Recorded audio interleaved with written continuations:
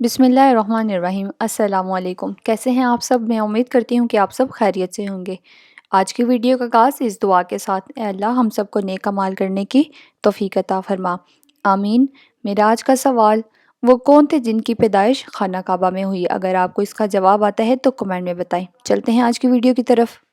दोस्तों, कुरान मजीद फुरकान हमीद अल्लाह ताला का इंसानियत के नाम वो आखिरी पैगाम है जो तख्लीक आदम से लेकर क़यामत तक के मौज़ूआत का अहाता करता है। जहाँ इस आसमानी किताब पर ईमान रखने वालों की भी कमी नहीं है, तो ऐसे लोग भी लातादाद हैं जो इस आफाकी पैगाम को नहीं मानते, और बहुत सारे गुमराह नज़हान तो ऐसे हैं जो अल्लाह ताला के वजूद से ही इनकार करते हैं। मेरी आज की वीडियो का मौजू भी एक ऐसा ही ईमान अफरोज़ वाक़या है कि जिसमें खुदाई करने वाली ये सारे कदीमा की टीम को ज़ेरे ज़मीन एक ऐसी कौम के आसार मिले हैं कि जिनकी पूरी दास्तां कुरान मजीद फुरकान हमीद में तकरीबन 1500 साल कबल बयान कर दी गई है। वो कौम कौन थी, कहाँ पर आबाद थी, उसकी क्या निशानियाँ थी, और कुरान मजीद में इस कौम का क्या दर्दनाक अंजाम बताया गया है। इन तमाम तफसीलात में आगे बढ़ने से पहले मेरी आपसे गुजारिश है कि अगर आप मेरे चैनल पर नए हैं तो बराए मेहरबानी मेरा चैनल को सब्सक्राइब करें और बेल आइकन को प्रेस कर दें, ताकि इस चैनल पर मजीद आने वाली इस्लामी, तारीखी और मालूमाती वीडियोस आप तक पहुंच सकें। दोस्तों, कुछ अर्सा कबल की बात है कि सहराए अरब में आसार कदीमा की खुदाई के दौरान गैर मामूली साइज़ के इंसानी ढांचे दरियाफ्त हुए हैं। ये दरियाफ्त अरामको की तहकीकाती टीम ने की। ये इंसानी ढांचे इस कदर बड़ी जिसामियत के हामिल थे कि अगर इनको सीधा खड़ा किया जाता तो इनका पाँव ज़मीन पर और सर कई मंजिला इमारत के बराबर होता। अब जहाँ सारे कदीमा की खुदाई करने वाली तहकीकाती टीम इस बात पर हैरान और परेशान थी कि किस ज़माने के ढांचे हैं और कब इंसानी वजूद इतना बड़ा हुआ करता था, वहीं आपको बताएं कि कुरान मजीद में अल्लाह ताला ने इस पूरी कौम की दास्तान मुफस्सल अंदाज में बयान की हुई है। कुरान मजीद की मुख्तलिफ सूरतों जैसा कि सूरत अल आराफ, सूरत उल फजर और सूरत उल शुरा और दीगर मकामात पर इस कौम के बारे में आयात मौजूद हैं जो इनकी सरकशियों, नाफरमानियों और उनके दर्दनाक अंजाम के मुतल्लिक बयान की गई हैं। दोस्तों, इन लोगों का ताल्लुक कौम आद से था, जिनमें अल्लाह पाक ने हज़रत हूद अलैहिस्सलाम को पैगंबर बनाकर भेजा। दोस्तों, जिस इलाके में हज़रत हूद अलैहिस्सलाम की कौम यानी कि कौम आद आबाद थी, वो इंतहाई सरसब्ज़ और शादाब बागात, ठंडे पानी के चश्मों, आबशारों और ऊंची ऊंची इमारतों और घरों से भरा पड़ा था। इस इलाके में उस वक़्त की सुपर पावर कौम यानी कि कौम आद आबाद थी। वो इंतहाई ताकतवर और मालदार कौम थी। तारीख़ की किताबों में उनका कदम 40 अहाद बताया गया है और उनकी औसत उम्र 800 से 900 साल हुआ करती थी। अल्लाह ने इन जैसी कौम दोबारा पैदा ही नहीं की। ऐसी कौम के जिसमें कोई बीमारी नहीं थी, लोग बुढ़ापा नहीं देखते थे, हाथ पांव कमज़ोर नहीं होते थे और ना ही उनकी बेनाई में कोई फ़र्क पड़ता था। कहा जाता है कि उस कौम का एक बंदा हमारे आज के दौर के 1000 बंदों से अकेला लड़ सकता था। सियातूती रहमतुल्लाह अलैह लिखते हैं कि कौम आद एक ताकतवर, बहादुर और बुत परस्त कौम थी। कौम आद ही वो कौम थी कि जिसने तूफान नूह के बाद सबसे पहले बुत की पूजा शुरू की। बुत परस्ती में पड़ने के बाद इस कौम ने कुफ्र और शिर्क, जुल्म की हद पार कर दी। माशी लिहाज से वो कौम एक सुपर पावर थी, लेकिन फिर इन्होंने पत्थर के खुदा बना लिए और गुमराही, जहालत, बेहयाई, झूठ और जना जैसे गुनाह में डूब गए। इन्हीं बदअमालियों की वजह से अल्लाह पाक ने इनमें अपने नेक बंदे हज़रत हूद अलैहिस्सलाम को पैगंबर बनाकर भेजा। दोस्तों, हज़रत हूद अलैहिस्सलाम मुसलसल 50 साल तक अपनी कौम को नसीहत करते रहे, लेकिन उनकी कौम जहालत में ऐसी डूबी थी कि वो अपने पैगंबरों की बातों पर कान तक नहीं लगाते थे। कौम आद के दो कबाइल कलमान और खलजान ऐसे थे कि जिनके पास पूरी कौम की सरदारी और हुक्मरानी थी। जब हज़रत हूद अलैहिस्सलाम मबूस हुए तो कलमान कबीले ने आपकी मुखालफत की, लेकिन कबीला खलजान हज़रत हूद अलैहिस्सलाम की दावत हक पर लब्बैक कहते हुए ईमान ले आया और इस तरह हज़रत हूद अलैहिस्सलाम की ताकत में इजाफा हो गया। चूँकि हज़रत हूद अलैहिस्सलाम की कौम आपको झूठा कहकर पुकारते थे, तो हज़रत हूद अलैहिस्सलाम ने दुआ फरमाई, ए परवरदिगार, इन्होंने मुझे झूठा कहा है, लिहाजा तू मेरी मदद फरमा। अल्लाह ने अपने नबी की फरियाद के जवाब में फरमाया, है नबी, ये बहुत जल्द अपने किए पर पछताने लगेंगे। अल्लाह ताला ने अपने नबी की दुआ कबूल फरमाई और कौम आद पर अजाब की इब्तिदा हो गई।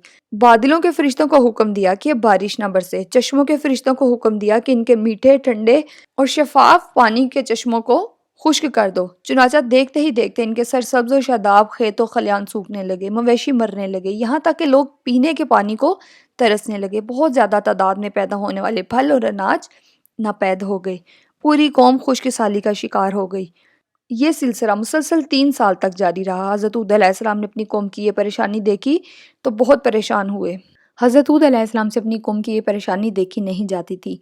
आप अलैहिस्सलाम बहुत अफसरदा और परेशान रहते थे और फिर एक दिन अपनी कौम से कहने लगे, ऐ मेरी कौम के लोगों, اپنے پالنے والے سے بخشش مانگو اور اس کے آگے توبہ استغفار کرو، وہ تم پر آسمان سے موسلادھار بارش برسائے گا اور تمہاری طاقت و قوت میں اضافہ فرمائے گا۔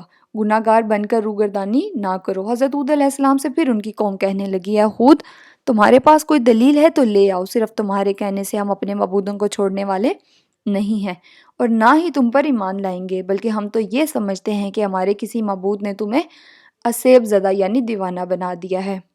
دوستو، قابل ذکر بات یہ ہے کہ پہلے والی قوموں میں مشہور تھا کہ جب بھی کوئی مشکل کسی قوم پر آتی تو وہ بیت اللہ شریف کا ہی رخ کرتے، جس سے ان پر وباؤں کا خاتمہ ہو جاتا۔ قوم عاد کے بزرگوں نے بھی یہی فیصلہ کیا کہ ہمیں بیت اللہ چلنا چاہیے، چنانچہ 190 افراد پر مشتمل ایک وفد حجاز مقدس کی طرف روانہ ہوا۔